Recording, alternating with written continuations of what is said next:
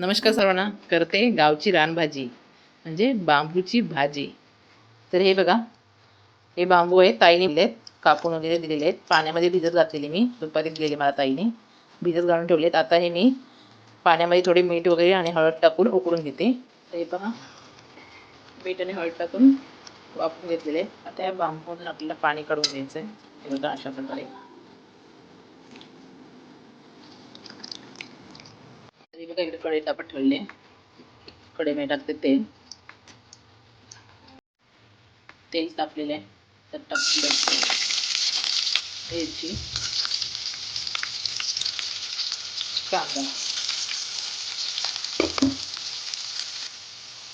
कांदा चांगला भाजलेला आहे, त्यामुळे टाकते जरा तिखट मसाला, घरगुती आपला गरम मसाला.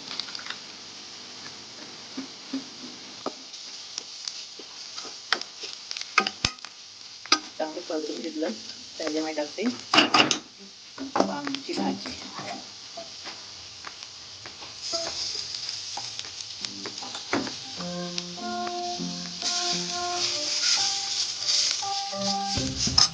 त्यामुळे टाकते हे बघा, उकडलेले चणे.